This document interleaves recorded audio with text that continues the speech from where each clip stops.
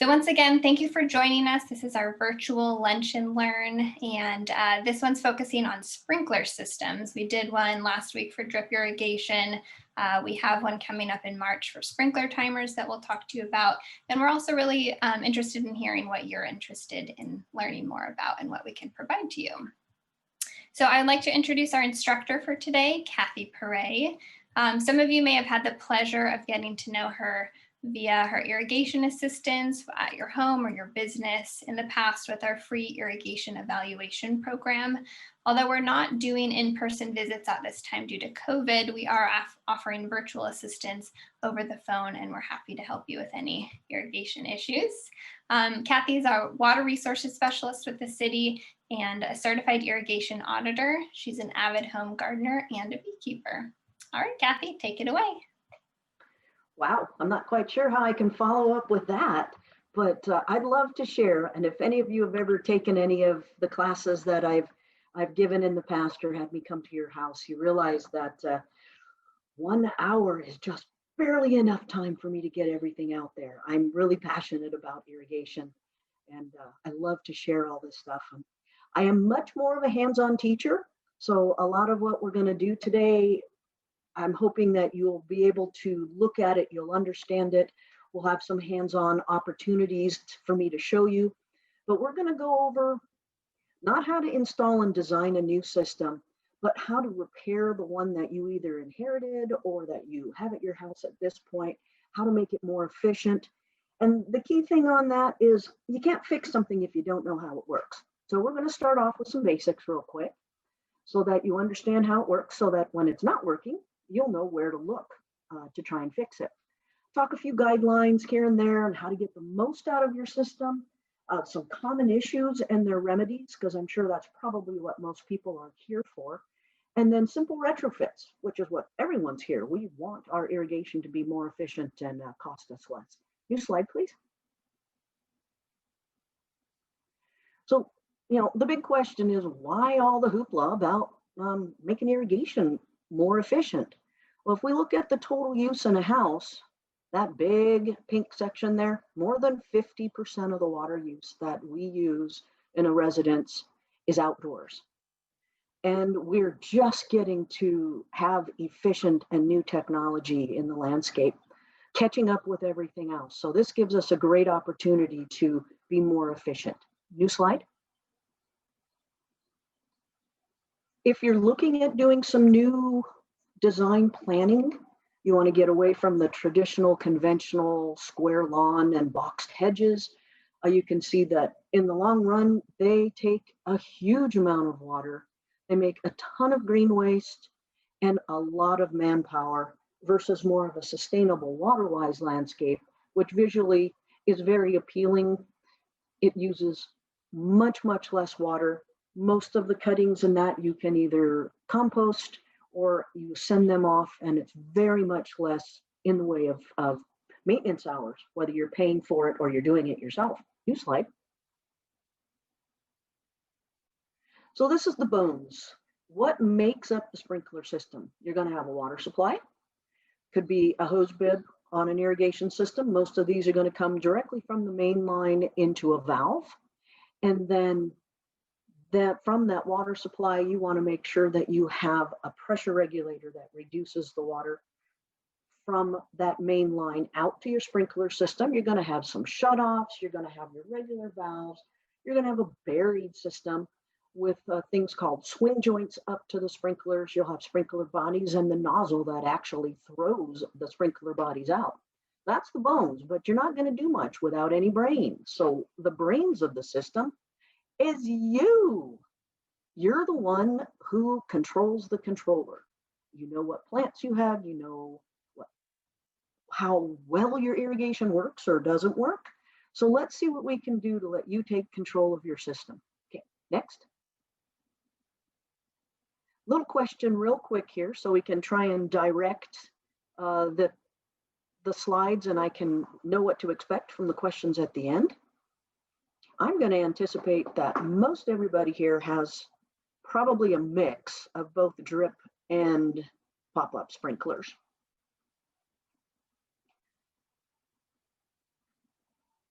If you missed the drip irrigation, well, we talked a lot about how to do some simple repairs and things.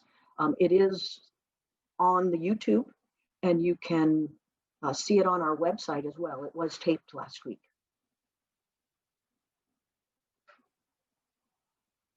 Aha, yep. Most everybody has a little combination of everything. So good, this is going to be perfect. Next slide.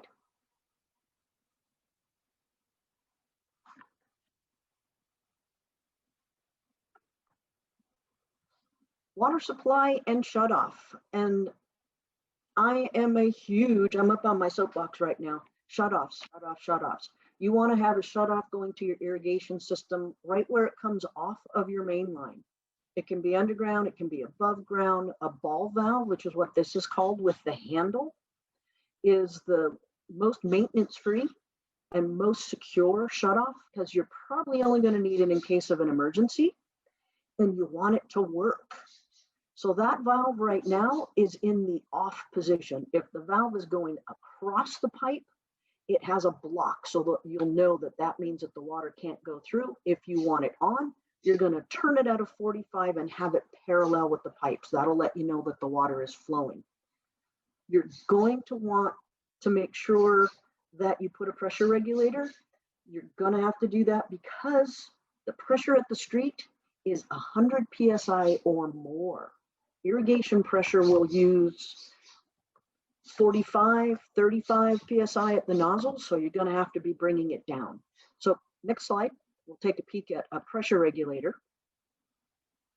Pressure regulators like this one can be put on for the whole line, so that you have lowered the pressure right from where the water comes off your main line, and then you may have 6 or 12 more valves and you won't have to reduce them any further unless they're drip lines. This particular valve, you can see the bolt on the top. That allows you to actually reduce it lower than 60 PSI. Most of these are made for households, and most houses are at 60 PSI or less. And if you want your irrigation to work at 35 or 45, you're going to have to reduce the mainline pressure from there. Pressure is the most, well, what would you say? It is the one thing that affects valves, it affects nozzles, it affects connectors, it causes inefficiencies and breaks. It's the one thing that if you can do nothing else, make sure you have the correct pressure going to your sprinkler system. Next slide, please. Aha, quick pop quiz. And you can answer these in your head or write them on a piece of paper. So let's see if you were listening. What is the water pressure at the street? And if you know your own water pressure, that's even better. And what is the pressure at your house? That's a standard, an industry standard. So it should be, boom, swing it across, Madeline. Yes. And then recommended pressure for pop-up sprinklers, 35 to 45. And it's not on here, but recommended pressure for drip sprinklers is 20 to 25. So you'll have to reduce them further down if you have drip sprinklers in the same manifold with the rest of your valves. Next slide, please. And a manifold is just a grouping of valves. There's two different types of valves. You can have the type that are above ground. Those are called anti-siphon valves. And what you'll notice with those is that when they turn off, you'll get a little whoop of water that comes out of the black mushroom top of the valve itself. What that's doing is making a little air bubble in the top of that. So that's your backflow protector. If there's a break in the water line, the main line, and you get some back siphonage, you're not sucking dirty irrigation water back into the drinking water supply. The other valves are called inline valves, and those are most likely in a green lidded box. This one's lovely. They put rocks in the bottom of it. That kind of helps keep the gopher dirt out. But every once in a while, you're going to want to take a peek in there and make sure that everything is good. The gophers haven't chewed the wires and the box isn't full of dirt. Okay, next slide.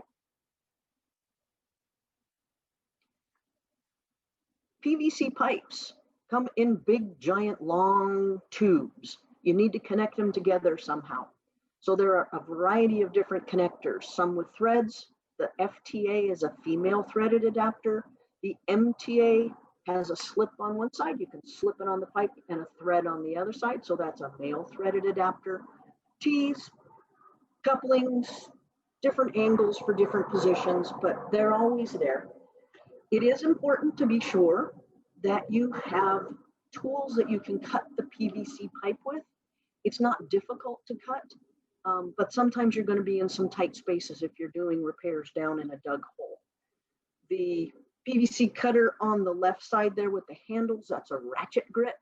I would definitely recommend spending the money on a good tool. If you will use it more than once, some of the inexpensive tools, they break after one job and then you just have to keep buying new tools. So make the investment to start with. The right tool for the job always makes a job easier. Next slide. The sprinkler body, that plastic piece that the nozzle pops up out of the ground. There are a variety of different parts of the sprinkler body that can fail. The wiper seal, I always knew as a swiper seal. I don't know if that's an old term or I just never said it right, but it's a little rubber gasket around the top of the riser and the nozzle. So what happens is you get some gravel around that wiper seal, and what you'll see is when the sprinkler comes on, you'll have water spewing out around the base of the cap. You can just change the cap without having to dig the whole sprinkler out in order to repair that. All sprinkler bodies will have a riser. Most of them that you see in lawns and short ground will be a 4-inch riser. You can get sprinkler bodies with 12-inch risers so that they can pop up above the plant material, because you really don't want to block the water coming out of those nozzles. The new sprinkler bodies that are the code, the plumbing code and irrigation code now, they have a pressure compensating device inside down at the bottom where the inlet is, as well as a check valve. Check valves stop the water from flowing back out when the sprinkler turns off, and the pressure compensation allows the pressure at the beginning of your sprinkler zone to be the same as the pressure at the end of your sprinkler zone. Pressure with sprinklers is how you get even throw of the water. You get even distribution uniformity, which is the goal of what we're trying to do. We're trying to be a rainstorm for our plants. Not overwater, not run on the sidewalks, just apply just what the plants need, just to the landscape. New slide. Oh, yay. All right. I'm hoping everybody doesn't mind getting their hands dirty, but let's see if you feel like you're a do-it-yourself person.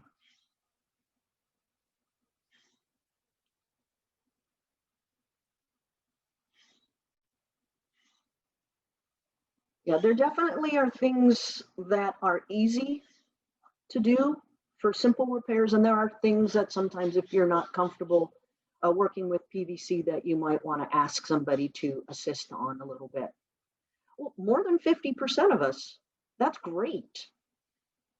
Actually, with 20% of people always doing it yourself, this is awesome. Okay, so yeah, sprinklers aren't that scary. And then most people have not played with PVC pipes before. But if you have an underground system, the chance that something's going to happen, whether it's a root that grows and crimps a pipe or you hit it with a shovel when you're digging, you will have the opportunity someday to play with the purple and blue glue. It's 50-50 down the line. Awesome. Thank you so much for participating in our polls. So just a real quick lessons learned from doing repairs myself. Bring all the tools and everything you need with you when you go out to do a repair. I advise that you bring a big shovel to dig with and then a small trowel. Bring a cup to scoop water out of the hole.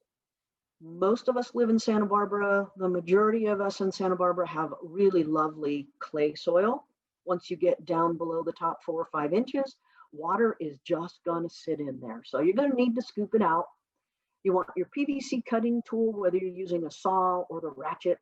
I have come to realize that a nice towel that I never want to use for anything else is great to lay out all your parts and your tools. You don't lose anything into the grass or down in the hole. And for the half of you who've done PVC repair with the glue, you might want to use rubber gloves or some sort of gloves, because the purple primer that you put on the pipes never fails. It gets under your fingernails and it will stay for days. But it's a small price to pay if you have to fix it. You're going to want a purple primer and a blue glue. A lot of people will not use the primer, but the primer softens the PVC up. So when you add the glue and you give it a quick turn, you actually get a melding of the PVC from the fitting to the pipe that you're connecting it to. And I always bring extras, because you think you only need 2 elbows, and lo and behold, you end up needing 3 elbows and a connector. So have a little box with some parts with you. Just some quick advice on that. Next slide. So some of the common problems that I see all the time that aren't specifically related to a break in a pipe is you have valves that aren't closing. A lot of times a valve not closing is because the pressure is just too high. The inside of a valve is just a little rubber gasket. It's called a bonnet. And if your valve is 10, 12 years old, and if you haven't used it in a while, it'll get dry, it'll get a crack, it might get some debris stuck underneath it, a piece of sediment. So when it closes down, there's a seepage, and then the water will just flow through that valve 24/7, even if your irrigation controller is turned off. So that requires, you can either rebuild the valve or just change it. Personally, the cost for the guts inside for the new bonnet and all that is almost the same cost as putting a new valve. So you might as well just put a whole brand new one in and start fresh. If you have a valve that's not opening, open up your valve box. There are 2 wires that go to every valve. I have found that people seem to think that duct tape and electrical wiring or the little wire nuts that you'd use inside your house are okay in a valve box. Well, a valve box is basically a bathtub, and those wires carry a low voltage electrical current. Water and electricity they don't play well together. So you won't get shocked. It's totally low voltage. You can put your hand in there, you can touch the wires, there's no charge going through. But what you're going to do is replace those wire nuts, or just the tape that's taped around those wires, with a silicone filled outdoor waterproof wire nut. Easy to do, and a lot of times that's one of the issues why a valve won't open. And then if you have rotating nozzles, which are those little stream nozzles, and they're not turning, they're not making that pretty little turn that goes back all the way around in circles, they're just oscillating back and forth. The pressure's too high. Those really do need to be between 30 and 35. If you get above 40, they just freak out and they don't turn. Next slide, please. Misting. That's our #1 issue that you see in pop-up sprinkler systems. And once again, it's a pressure system. It's a pressure regulations issue. What happens is the water comes at such a velocity coming out the nozzle, which is just a little hole, that it aerosolizes the water and it throws it out into the atmosphere. And if there's any wind or any breeze whatsoever, it blows it off site. At least 50% of the water that you're trying to apply to the surface is not going to reach the plants. So you have to overwater by that much again in order to meet the plant's water needs. It's a total waste. There's a couple things you can fix. You can put a pressure regulator on the valve. You can dig up and replace all the sprinkler bodies in a zone with pressure compensating sprinkler bodies. And if you're finding that you have pressure regulation on your zone, but they're still just not quite throwing droplets, you can make minor repair or minor adjustments right at the valve. The valve itself has a water shut off, and it turns back on. It's like a little gate valve, like a hose bib that you just screw down. So you can screw it partway down while it's running, see what it looks like, turn it back up a quarter of a turn, and make sure that the valve will still shut off and turn back up. It's a tight little adjustment, but it's a customization you can use if all you need is just a minor adjustment. Next slide, please.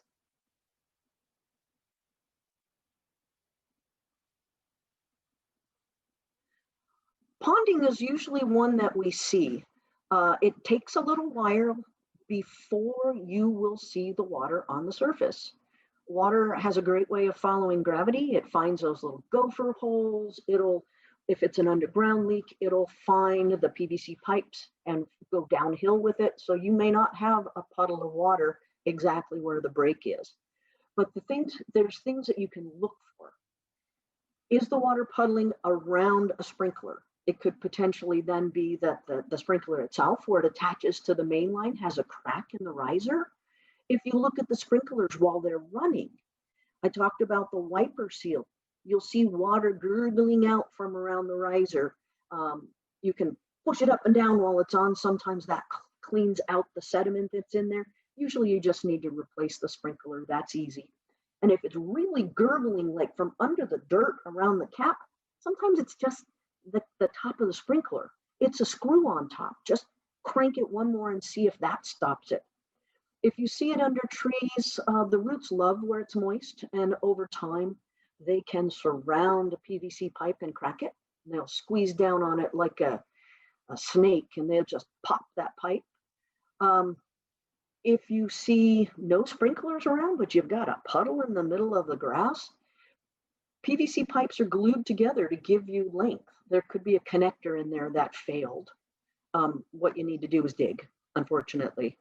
If you look in the valve box and you see dripping coming off the bottom of a specific valve, then either where the valve screws into the connection needs to be undone and tightened, or you have a crack in your valve, or you've just got a faulty valve and you need to replace it. So try and isolate where it might be, and then you can work on whether this is something that I'm comfortable working with or not. You can do the digging and hire someone to glue the pipes if you want. Next slide, please. Everybody says, oh, I got these terrible dry areas. That's a really common thing. So they have a dry area, so they turn the sprinkler system up. Well, the sprinklers are still putting out a volume of water at the end of their throws where most of the water goes to. If the design of the sprinkler heads or the nozzles that someone put in aren't specifically, like say you have a 10-foot area and you only put a 6-foot nozzle in, you're going to get like this little space alien hole. It's from the middle of that is where the sprinkler is.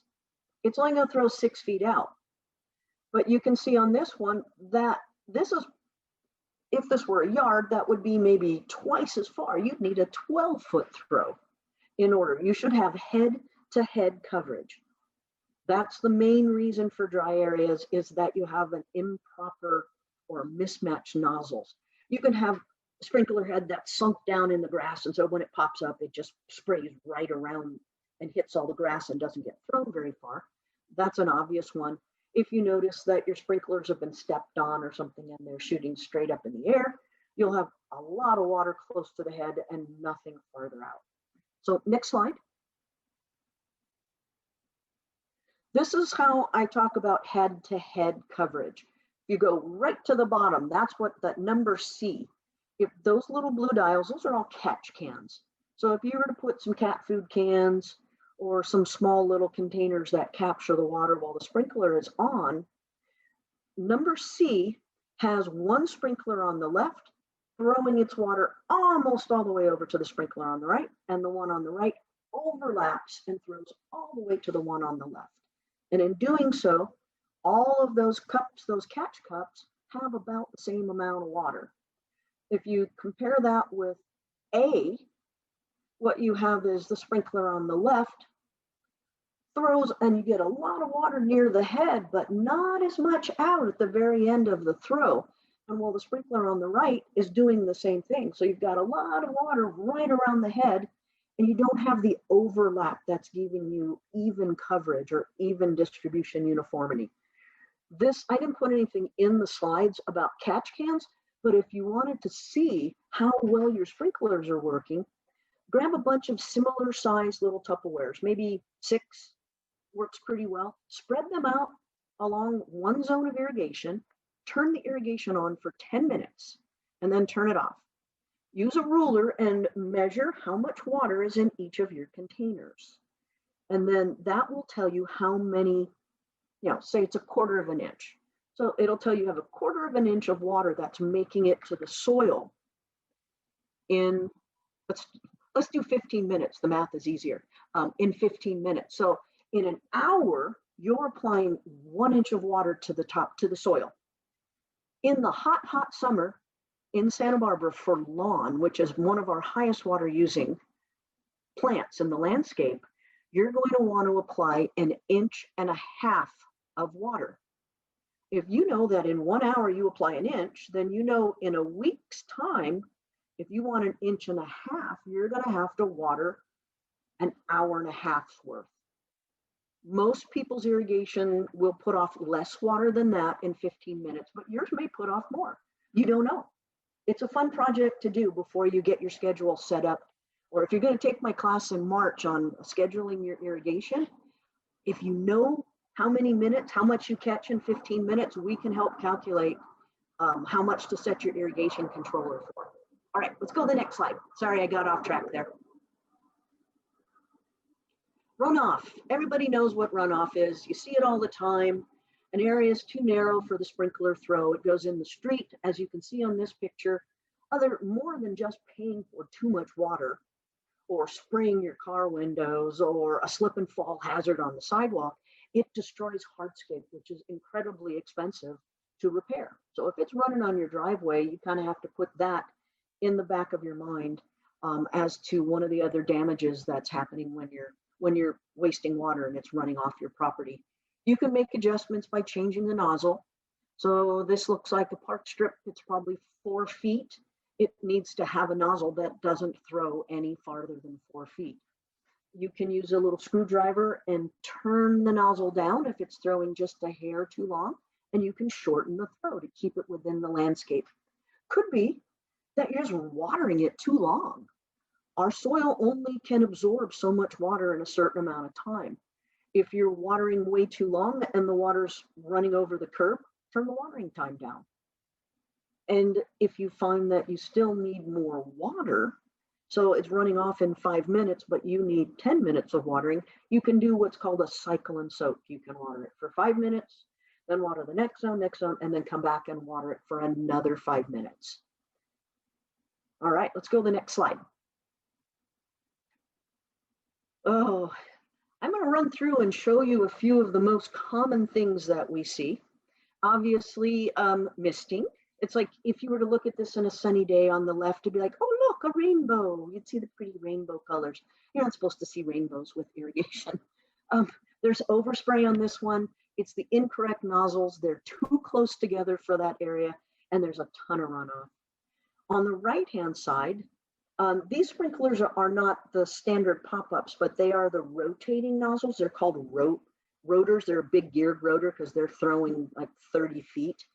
But this particular rotor is spraying, it's not spraying all the way to the sidewalk and the distance, yet on our side, it's doing a 180 and it's watering all the way to the street. So it just needs an adjustment. What they ended up with is you can see that there's a dry area in the distance out there. It's sort of dry in the lawn. You're going to become really, really good. Ooh, thanks for pointing that out. That's because the sprinkler's not reaching there.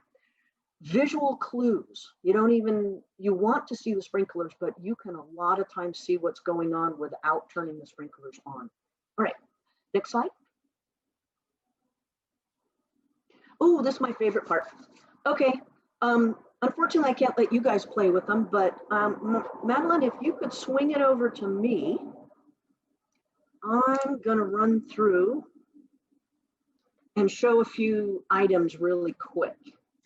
So a few things that folks will find very helpful when you're working on your landscape. This is a Mondo irrigation. It is 8 inches, but it's exactly the same as a short irrigation. It has a nozzle on the top. Get your fingers under it. If we're underground, I'd pull it up, hold on to it. This is the riser. It has a spring. It snaps right back down. We're going to walk through the sprinkler real quick here and take into consideration the next things. This is a highly efficient nozzle. It's called a rotating nozzle, and it screws on just like any other nozzle. If you wanted to change it, or from an old one that was inefficient to one of these, you'd remove it.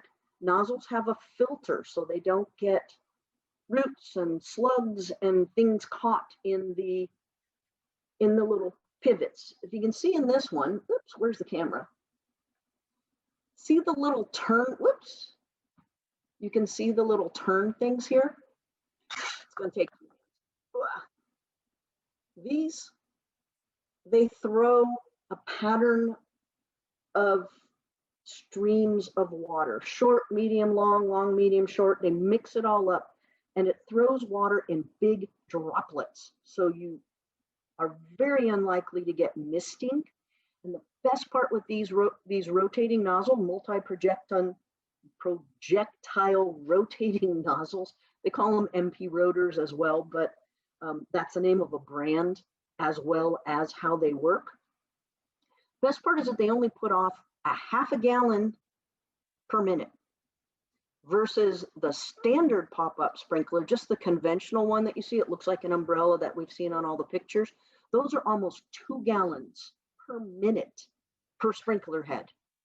So back of the envelope calculations, if you're getting 2 gallons a minute and you've got 5 sprinkler heads, 10 gallons a minute, you're running it for 10 minutes, that's 100 gallons of water.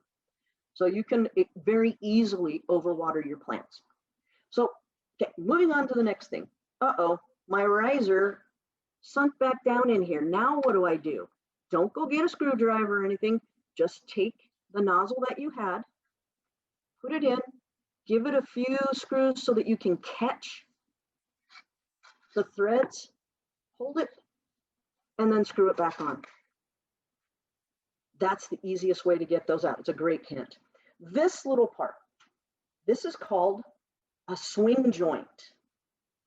It allows the sprinkler to be, I'm going to pretend that my table, which is just out of view here, is underground, and this is the soil surface. The swing joint, say somebody comes and they drive their car. Instead of breaking the connection at there, and then you have to go fix that riser and that PVC, this moves. It also allows you to either set your sprinkler deeper than where, if your pipe is here in the ground and you have a tall pop-up riser, you can set the sprinkler deeper without having to dig 18 inches underneath the soil. I love swing joints. They're your best friend, and they're cheap. These particular nozzles, I'm going to talk a couple times about them, as well as the Rainbird variety. They take a specific tool. There's 2 different tools. There's this yellow one with a hole in the end. This is for adjusting the throw. This is hard to hold this one. Let's just the nozzle here. These nozzles, they can throw in a huge arc. So if you have a narrow strip, you can make it throw narrow. If you have a full circle, you buy the full circle. But if you have anything under a full circle, you can make this customized to the water space. So when it waters, it's going to pop up. But you need to get around that silver ring. That's what adjusts the throw. So you can reduce your arc or you can increase your arc. The top of it's big enough to put a piece of PVC in because it needs to be on while you're adjusting it. So you're going to get wet. So it's a good time to play in the sprinklers. They also have a little tool that's small, looks like this one. I like this one. One, it fits in my pocket. Two, which you're not going to see, but in the very, very, very end here, there's a little metal screwdriver. Because in the tops of all sprinklers, whether, oh, I don't think you're going to see it. There's a little teeny screw in here, and this will throw, say, 18 feet, but I only want it to throw 15 feet. While it's running, I put my little screwdriver in here, and I turn it, and it'll reduce the throw so that you can actually keep all the water you're irrigating with in the water cycle. Just for kicks, I'll show you what a bonnet is. This is the inside, the rubber gasket that's in a valve. I have an extra. I've never used it. It's a great showing tool, but it's very much like a toilet flapper. It fails. It's made out of rubber. And let's see, what's the other cool stuff? Oh, when you break a pipe, say it's cut, it's underground, you need to fix it, but you can't get the pipes together. They have a tool called a slip fix. This is a small one, but what it allows you to do, it's a compression fitting. It has a rubber gasket that goes onto the piece of PVC. I usually put them together and then slide it in. So you slide it into here, and then you will have a threaded end on one piece of your pipe. So you've connected it to the pipe with the water. Your break is right here, but you need a little extra. So you push your pipe and give yourself the gap so you can fit this in without having to put a connector and a connector. Really crank this tight because it's a rubber connection fitting. If you have a bigger cut in between pipes, you can get a slip fitting that extends. For help on that. And for those of you who've never used glue, I was going to show you an example with glue, but it really has kind of a caustic smell, so I don't want to use it in the house. But basically what you're going to do with it, you'll have a piece of PVC. I'm going to walk you through the technique. You have whatever your connector is. This PVC is going to go into this connector about an inch, maybe 3/4 of an inch. So you're going to take your purple primer, has a cotton ball on the end of the tube. You take the cotton primer, you wipe it all the way around the pipe. You don't have to glue it up and have it drip. My advice is make sure you're holding it downward if you can. It's liquid, it comes down and gets all over your fingers. Set your pipe down, purple the inside of your connector, put the lid back on the purple can of primer. Open the glue, which has a little cotton ball end on it. The glue is blue, and it dries very quickly, so you got to be ready to go. You want to take your cotton dab, do a wipe all the way around the inside, wipe twice around here. You don't need a whole lot, and then put the little cotton dab back in the blue container so it doesn't dry up. You're going to take these, put them together, push it in, and then give it a 1/4 of a turn. My hands are moving way too much for you to see it, but basically you're going to push it together and then give it a 1/4 of a turn, hold it for 30 seconds. It's set. You can let go. It's not good for water pressure yet, but you can leave it be and it won't pop apart. All right.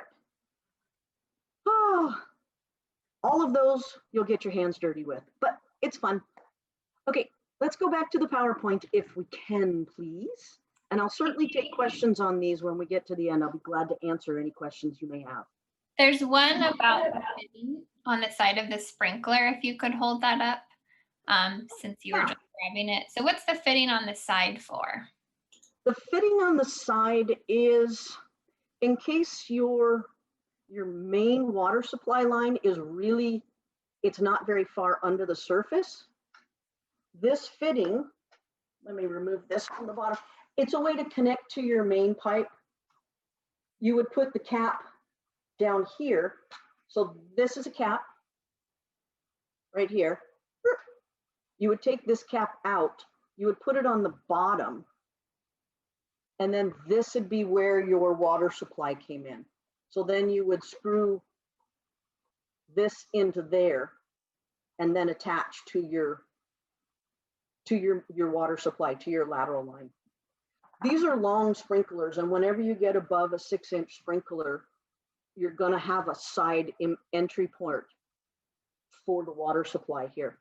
So you'll have a 12-inch sprinkler, it'll just be bigger, but it'll still have a side entry port that you can use instead of the bottom one. Hopefully that answered it.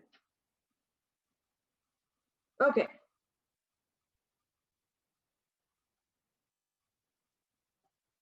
How are we doing here?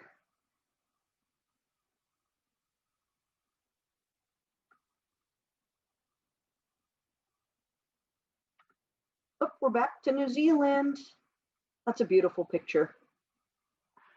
This is the main thing that I really try and teach folks, is that most all problems are, they're going to manifest themselves somehow in a visual clue. Either plant health, you'll see little rivers of mud on a sidewalk, you'll see moss around a sprinkler, you'll see a hole in a drip zone. So you do want to look at the sprinklers when they're on, because obviously that is really going to tell you exactly what's happening. So turn it on during the daylight. Look at the patterns of your spray. You should have even spray pressure from the first sprinkler on a zone to the end sprinkler. If you don't, there potentially could be a break in between. And if there's a break, you won't have enough water making it to the end. So then you can track it back and find where the break is.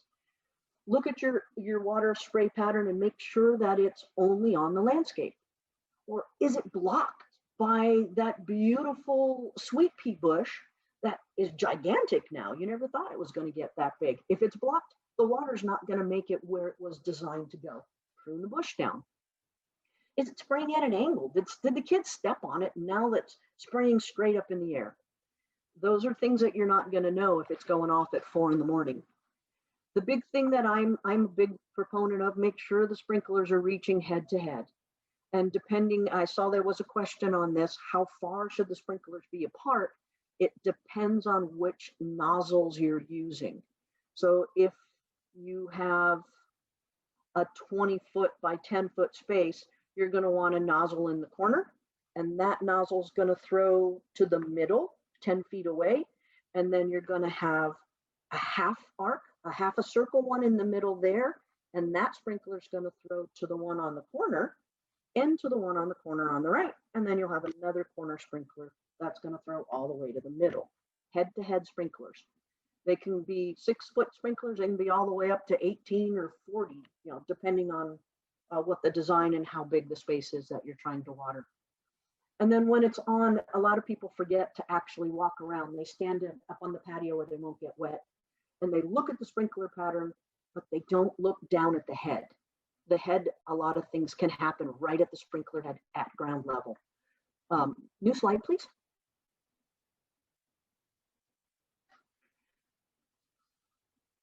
Just a quick things to look at in your mind. What we've talked about, a couple of reasons why there would be this overspray. On the left-hand side, I'm not actually seeing an overspray, I'm seeing an overwatering. To me, that's runoff, and it's caused because they are way overwatering that turf grass. It can't absorb all the water, and it's evenly just flowing off and going down the street. The middle one happens all the time. Sprinkler heads right next to curbs and driveways, they get run over, they get kicked, they get parked on, and they break. Obvious to see it if you turn it on. The one on the very far right there, that is a head that's just missing its guts. But obviously you would know if you were missing the guts on your sprinkler, but if you were missing a riser or it was broken or it was gurgling around the head, if you were just standing on your patio, you might miss seeing this. Okay, next slide, please.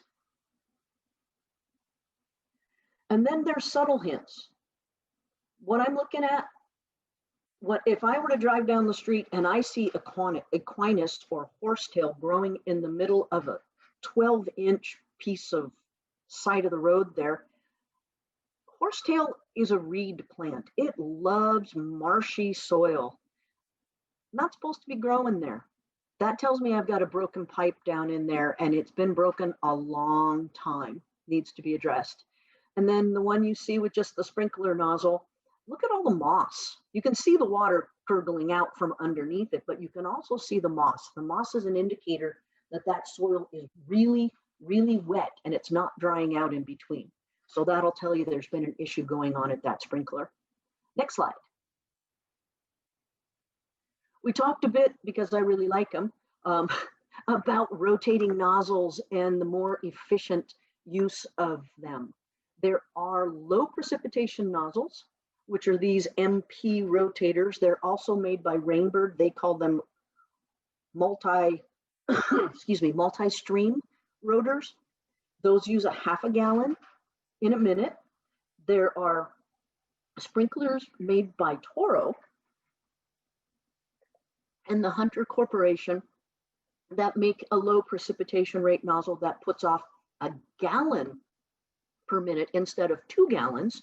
And they actually look like the standard sprinkler. On any of these efficiency retrofits, you can't change just one nozzle on a zone. You need to change all of the nozzles on one particular zone. And you will find when you're scheduling, because you are applying water like a light little spring rain shower. So it may take in April, and we're getting a spring rain shower, it may take 2 hours to get an inch of rain versus a downpour where you get an inch of rain in 15 minutes. Soil can absorb an inch of rain over 2 hours. You won't get any runoff, but it doesn't absorb that inch of water in 15 minutes. It runs down and into the gutters. So next slide. And the new sprinklers, the sprinkler bodies themselves. This isn't usually something that people do on a retrofit or repair, but if you're doing some redesign of your system, I would strongly recommend you change all of the sprinkler bodies themselves. This is the lid. The body looks exactly the same, but the lid will say PRS, the SAM PRS. SAM is, has a, I forgot what it is now. It's a check valve that's built in it. And PRS is a pressure regulating sprinkler. You can get even pressure from the beginning to the end. You still have to reduce the pressure down to about 45, but you don't have to bring it all the way down to 35. And in fact, you don't have a choice anymore. You get to put in the best industry standard because it's now required by code. Next slide, please. And then if you really are looking for efficiency, it all comes down to how much water you're applying, for how long and how many days, on what kind of plants. Weather-based irrigation controllers allow you to set the controller initially, and then as the seasons change or as the weather changes, they get daily updates of what the weather is from weather stations in your area code, and it will make minor adjustments every single day. If it's super foggy for multiple days and there's no evaporation and the soil is still cool, it may not water a full 10 minutes. It may only water 8 minutes. And then if we get Santa Ana's and it's hot and it's windy for multiple days, instead of watering that 10 minutes, it may water 13 minutes. But you don't have to go out and adjust it. One of the best things is that you have access on your app. So you get a phone app, you can set it, you can monitor it. Some of them have a leak indicators letting you know what the flow is. And very simple, they shut it off when it rains and they keep it off until the soil conditions or until the specific different plants in your system need water. So it may come on for the flower beds in a week, but it may not come on for the hedges for 3 weeks because they have such a nice deep root system. All right, next slide, please. I think we're done here. We're going to talk about, oh, there we go. What are our next topics? Anything that would interest you? And then I'll be glad. I'm going to start looking at some of the Q&As here. And just remember, we are going to talk about irrigation controllers, taking control of your controller as springtime gets a little closer here.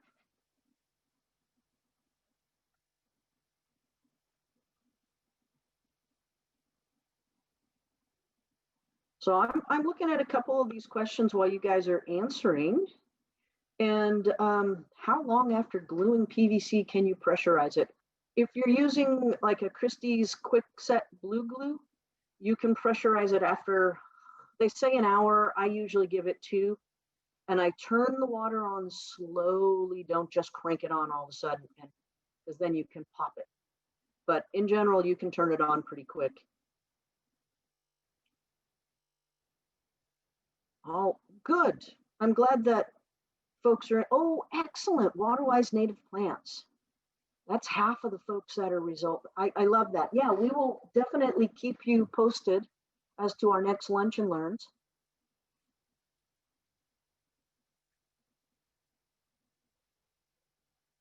And I would, so put this on your calendar. So Madeline, do you want to read me the questions? I think I'm up to Farshad. So just to give everyone a heads up, we have scheduled the Controlling Your Controller, i.e. Sprinkler Timer Lunch and Learn. That will be in early March. The registration link is on our garden classes page, but I'll also put it in the chat feature here towards the end of our presentation. And then also I'll send it out in the email when I send out the recording for today's webinar. And so we'll move on to the questions. Feel free to answer any others or ask any other questions in the Q&A feature. We have a question here about adjusting the spray angle. So adjusting the spray angle of a pop-up rotating sprinkler head that sprays and rotates 90 degrees. How would you adjust the angle of that? You don't adjust the angles from the sprinkler. You can buy different low angled heads, and you can buy some that spray higher. Majority of them all throw at about the same arc, and it depends upon the distance that the throw is, how high the water goes, so it can make the distance. But you can shorten the throw, and you can, if you have a 90 degree, you can't adjust the arc at all. You'd have to change the nozzle to adjust the arc. So yeah, I see the question. 180 or yeah, you have to replace those unless you're buying the rotating nozzles or some that are actually adjustable. Okay. And where do we buy the waterproof wire nuts that you talked about? Oh, you can buy them at any hardware store. They're silicone wire nuts, and they have a cap on the bottom. They look like the ones you'd use inside, but they have a little cap, and then it has like jelly in it, silicone.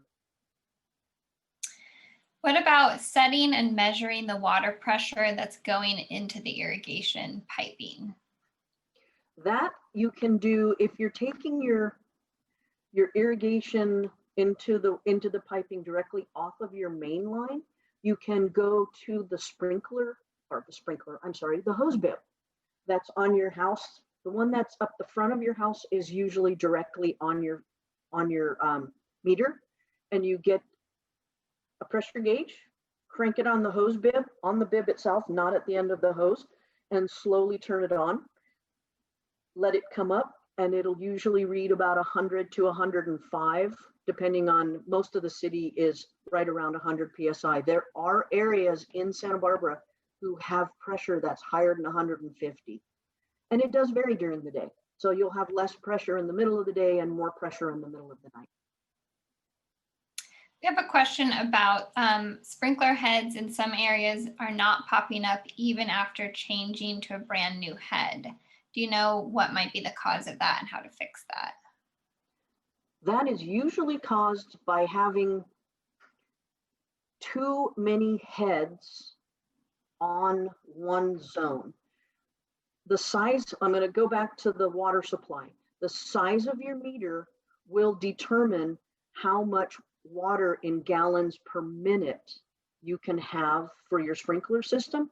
Most residential places have a 5/8 inch to a 3/4 inch meter.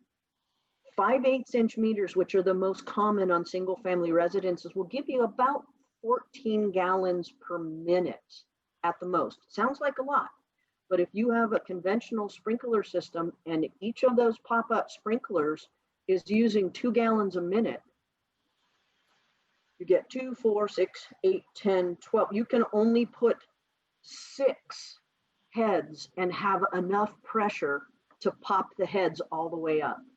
So the way you can do that, the easiest way is to change to lower precipitation rate, change to sprinkler nozzles that use less water per sprinkler head.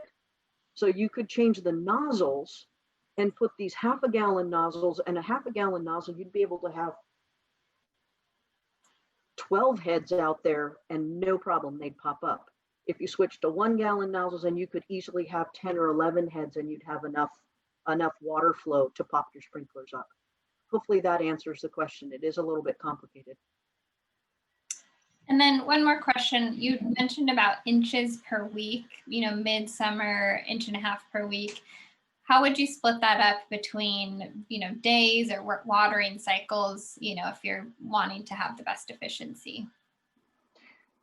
The best efficiency starts with knowing how much water your sprinkler system puts off. So you use the catch cans, determine how much per week or how much per hour you're actually applying to the soil when you water your sprinklers. If you're watering a warm season grass, like a Bermuda grass or something that's actually been established for a while, it grows best on 2 days a week of watering. You want a longer cycle and then let it dry out more. What it's doing is it's saturating the soil down to the depths of the root. The root is basically the gas tank for the plant. Bermuda and warm season grasses, which is a good portion of our grasses here, have roots that go down 8, 10, 12 inches. If you put water down to the base of them and you let them dry on the surface before you refill it up, the plant will grow into the moisture and it'll always have some opportunity for health. So what you may want to do, and personally what I end up doing is I need to water mine 16 minutes twice a week. So, but I know when I water more than 10 minutes, the water trickles off into my patio. So I water 2 start times for 8 minutes each start time. So it comes on at 4 and it waters one zone, then it waters the other zone for 8 minutes and then 8 minutes. And then at 5 o'clock, it comes on and it waters 8 minutes and it waters 8 minutes. So I'm actually applying the 16 minutes that I want to apply in one day, but I'm not putting it all out there at once. And what I've found personally is that I can turn it down by a minute. Once I get the season going up, I can turn it down to 7 minutes. And in doing so, I'm saving almost 40 gallons off of 2 zones with 2 minutes worth of reduced time. And I do that twice a week. That's almost 100 gallons that I can put on my vegetable garden or something. Great. I think that's all the questions we have. So thank you everyone for joining us. I will send out a link to the recording when it's live, either tomorrow or early next week. So thank you everyone and have a great rest of your day. Thank you.